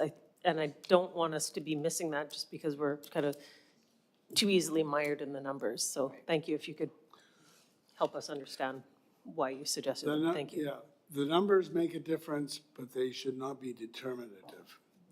Okay, on the referral, all those in favor? Any opposed? That's carried. Thank you, Dorothy. Let's see. No, just a minute. Dorothy, the extra information on that Mission Possible, I think, would be for next Monday, and you can give us a memo or something. Yes. Whatever you want. And for the referral, it's not coming back Monday. That's probably, if it's ready, we'll have it for GP the next time, in 2 weeks. Okay. Okay? Childcare grants. Move the recommendation. Moved and seconded. Chris, anything to add to your report? Nothing further to add. Happy to answer any questions. Any questions? Councillor Wolf. Thank you, Your Worship. I just want to direct our attention to one of the items, one of the ones that was not approved. So it's the Hamilton Community Association's requested amount of $7,500. They're the only one had a capital grant that was not approved for any recommended amount. I just want to go through the pages that relate to this first. So the details are on our page 273, 274. In there, one of the items it mentions, or one of the things it mentions there is that the furnishing was last upgraded in 2011, so 14 years ago.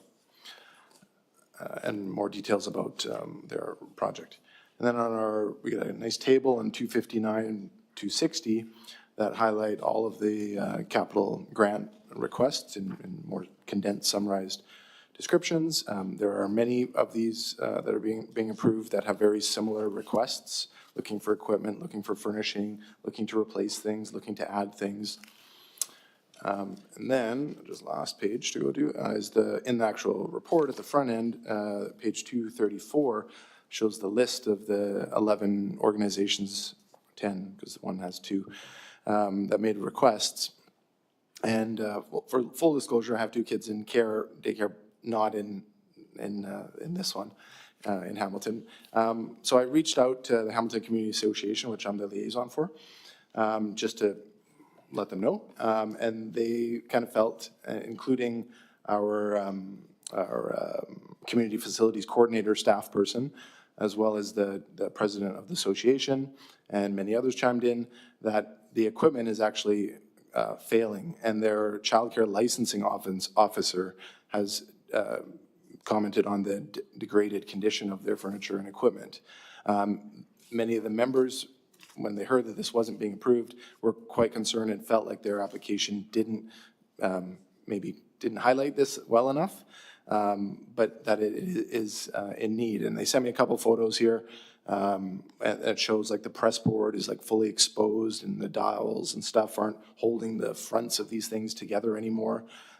It looks pretty decrepit, the couple pieces that I've got photos of just in the last hour here. And so my work in the numbers here, I'm just looking on our page 234, and I see the 2 organizations that are getting the largest amounts. So there's the Atira Women's Resource Society that has 2 different line items that total like 14,000 or so. And then the next, and so basically they got exactly what they asked for. Most groups didn't. And then the Richmond Jewish Day School Society BC also were like one of the only ones who got what they wanted, and they're second highest in the total. So my thought is to maybe take 1,000 from each of those organizations, or maybe 2,000 from Atira and 1,000 from the Jewish Day School, and then put that into the Hamilton Community Association request. So they would only be getting maybe not even half of what the request is, but it would be something similar to what the other community associations and other daycare facilities are getting. So it wouldn't impact it taking any money from anywhere else. It would be shifting, I'll say that, I don't know if you want the number right now, but let's say 2,000 from Atira, 1,000 from Richmond Day School, Jewish Day School, and then that would be a 3,000 for the Hamilton Community Association. Could you please comment, Chris, on this? Because what was just said about the furniture there is, in my opinion, not at all consistent with your report. Can you tell us about what the current status and what they're asking for? To your worship, the Hamilton Community Association in their grant application described their desire to change their equipment as being for aesthetic and philosophical purposes. They did submit some photos of equipment that did appear to the grant subcommittee to be in decent repair. And there was no mentioning information with regards to compliance with the childcare licensing regulations or conversations with their licensing officer in their actual application. So the report is on GP 273 if anyone wants to take a look at it. All right, Councilor McNulty. Given the conflicting information, I think we should refer the equipment to staff to go and actually look at this equipment and talk to these people, because if the equipment is dilapidated and you're working with children, we have a duty to make sure the equipment is proper. I'm not doubting anything. We have pictures, the report doesn't describe it, so I think we should address the issue in the best way we can and without rushing through. And maybe we have to find some funds from some minor capital or somewhere else. Well, staff can take ask that for under more advisement? information between now and Monday? the council meeting. Through your worship, staff can obtain additional information. I also just wanted to make a clarification that these recommendations do not currently take up the full amount of funds available. So should council choose to provide funding to the Hamilton Community Association, there is not a need to take funding away from another organization to fit within the budget. How much have we got? How much we got left over? I thought we were broke, like gave out everything. The overall budget for the capital grant is $50,000, and the recommended amount is currently $34,267. So we could give Hamilton the full amount for that furniture to repair it. Okay, we could give whatever amount we choose, basically within the budget, right? Through your worship to Councillor McNulty, one of the things that staff have done throughout the grant review is where an organization has requested the higher of their two quotes without justification as to why that higher quote is required. The recommendation has been to fund the lower quote. Hamilton Community Association's lower quotes do total $6,115. Oh, I take that back. $6,645.16, not the $7,500 that is reflected. Slightly less. Well, my comment is not to take away from anything, but to add. If we've got, then we take another $6,000. Yeah. Councillor Rao. I just want to ask for clarification. Now, for that kind of capital expenses, can they get some kind of grants from the ministry? Like the childcare, branch, do they have capital grant for daycare centers? Through your worship to Councillor Au, there did used to be a minor capital replacement grant through the Ministry of Education and Childcare. That grant has been transitioned to an emergency-only grant, and so the applications that we've received wouldn't be eligible for that funding. All right, so the motion is on the floor. Staff will be looking more at the Hamilton Community Association, and so we'll hear more about that for next week, right? All those in favor? Any opposed? That's carried. Thank you. Arts and Culture Grant, Camier, what do you want to tell us about? Thank you, Your Worship. Nothing further to add. Happy to answer any questions. All right. So, okay, so that's moved and seconded. Comments, questions? We'll call the question. All those in favor? Any opposed? That's carried. Thank you. Thank you. You can stick around if you want. Okay, then we've got Parks, Rec, and Community Events. Oh, okay. That is presumably because of Kidsport, Director of Kidsport. Okay. Someone want to move it as it is? Moved in second. Did. Alex and Bio. Through the How do you chair. pronounce your name? To the chair, it's BU. Bu. Alex and Bu. Nothing further to add. Happy to answer any and all questions.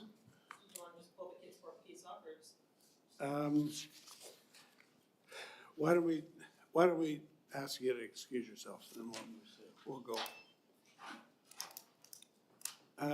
Okay, Counselor, that's Counselor Newt. Counselor Day. Thank you. It's just kind of a general question. I noticed there was quite a few organizations that were applying for funding that are not located in Richmond. Is that new, or does that happen every year? And Through the chair to Councillor Day, we made a concerted effort this year to reach out to as many organizations as possible through our communications plan, as well as reaching back to the people who've applied in the last 5 years. I think as a result, we've got more applicants than we've typically received, both within and without of Richmond. And what's the rationale behind that? I mean, aren't we kind of trying to serve Richmondites? Through the chair to Councillor Day, indeed, we are certainly focused on serving Richmondites, but if the applicant is demonstrating through their detailed application a direct community benefit, then we welcome that application. Okay, well, thank you. I was just confused about that. Thank you. Yes, thanks very much. A good job. Support everything that's there. Just wanted to make with the Richmond Sports Council, that was a new amount that we put away for children that were not covered under Sport BC and provincial sport governing bodies.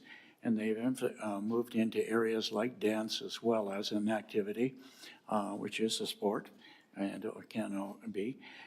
They were broke very quickly at the end of the year, and they had, at the moment, they have 4 cases pending. They have no money. And they asked for 10 grand, they got 8. So I'd like to see them get another 2,000 in the same way, refer it back. But on it, because it's not covered under Kids Sport, and Kids Sport, I'm glad to see where they're at 24 grand. I do support that wholeheartedly. And by the way, you're all invited to the banquet, I understand, coming up on the 28th.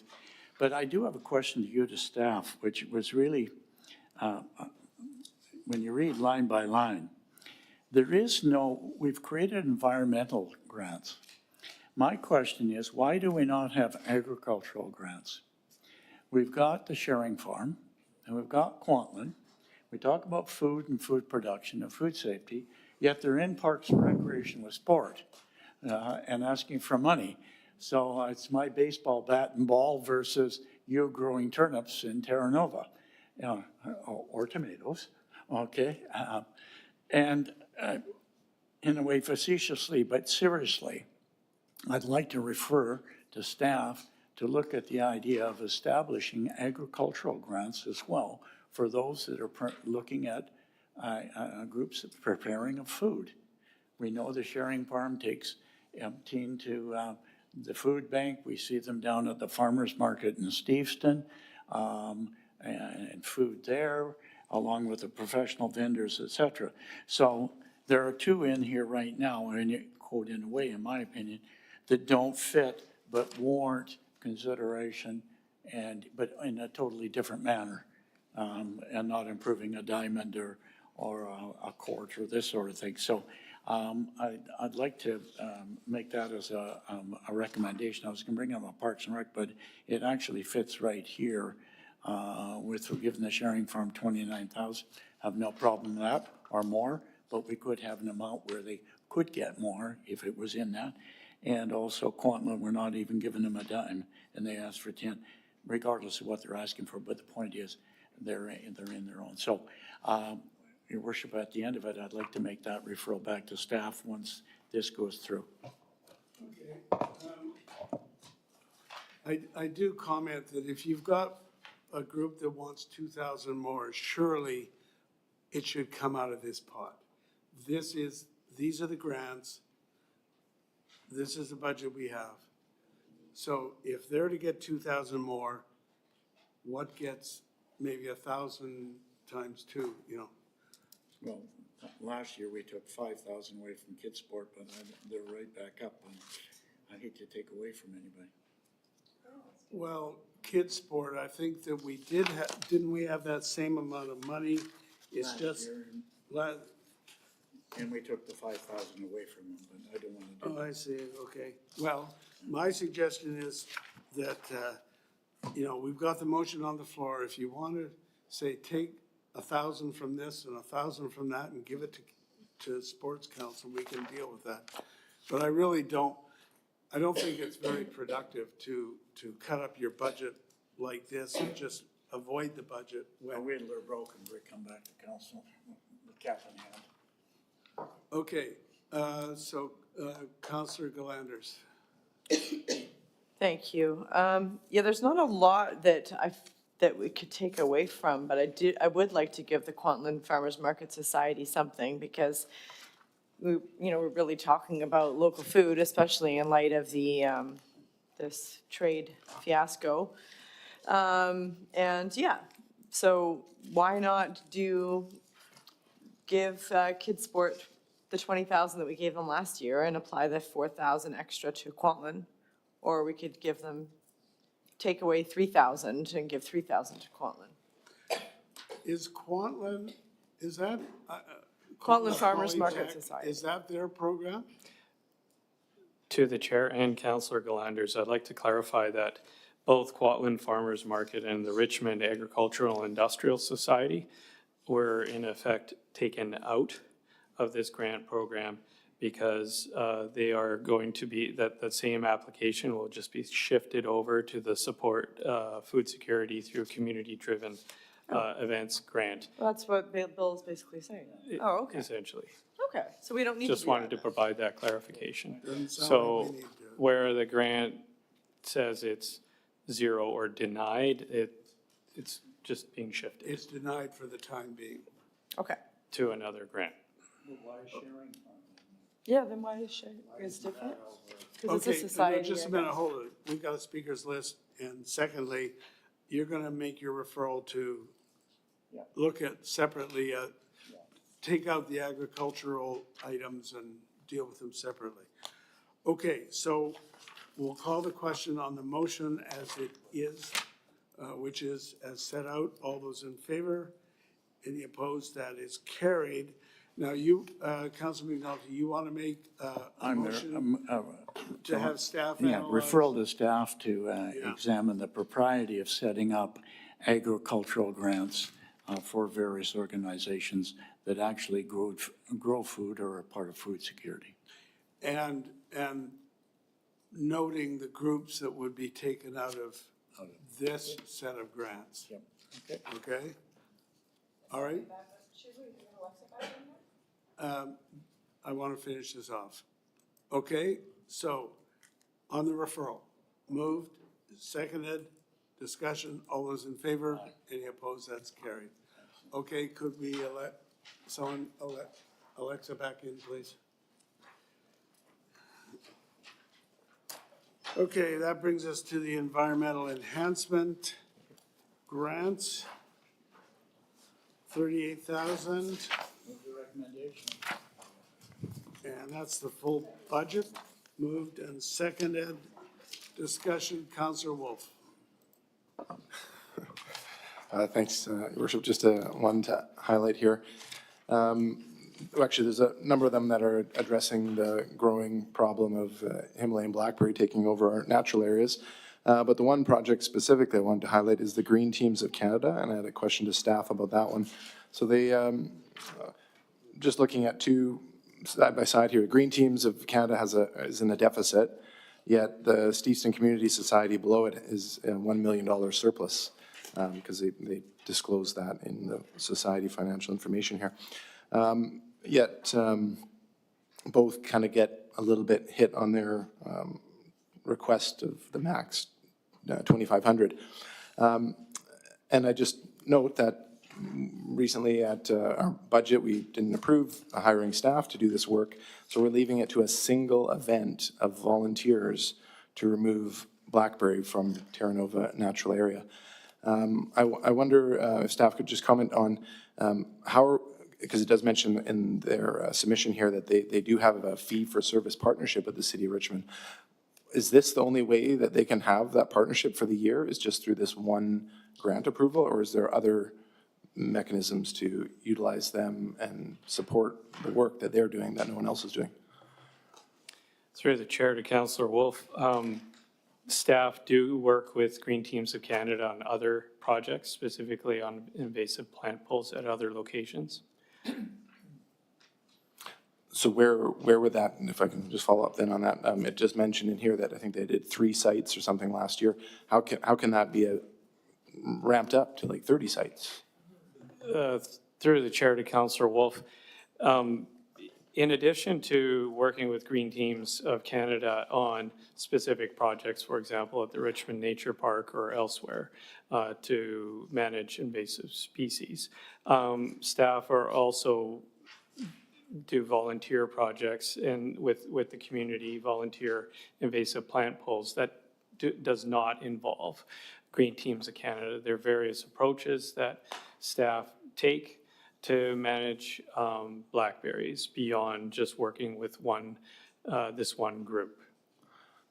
Can I get a request for a memo on kind of an overview of all the different ways that we're doing that then?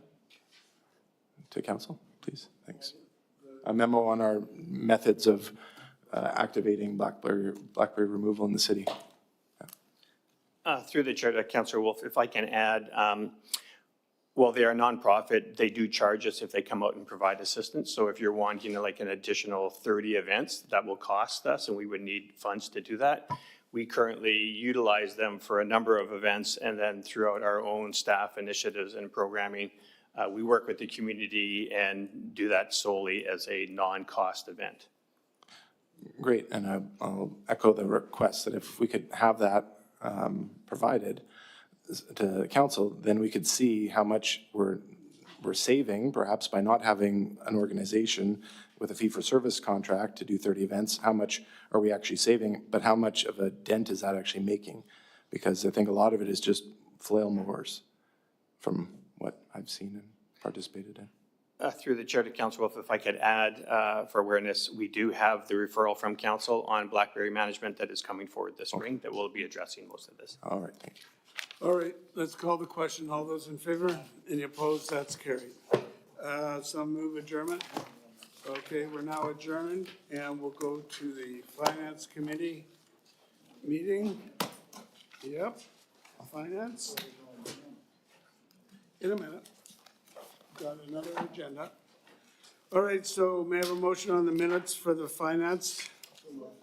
All those in favor? Any opposed? That's carried. Investment report. Venus, anything to add? To the worship, nothing to add here to answer questions. All right, so moved and seconded. Councillor Day. I just wanted to thank staff. I mean, I was very impressed to read that we have $1.76 billion in cash and in investments. And that gives us a very healthy return at 4.45% of, I believe, Ms. Venus suggested it was about, where are we here? Yeah, like it's like almost $78 million. So well done. And that's why I brought it up earlier, because I think it's important to keep our eye on the ball, which is we are able to create these programs and support these nonprofits because of the good work that we're doing in the finance department. All right, I'll call the question. All those in favor? Any opposed? That's carried.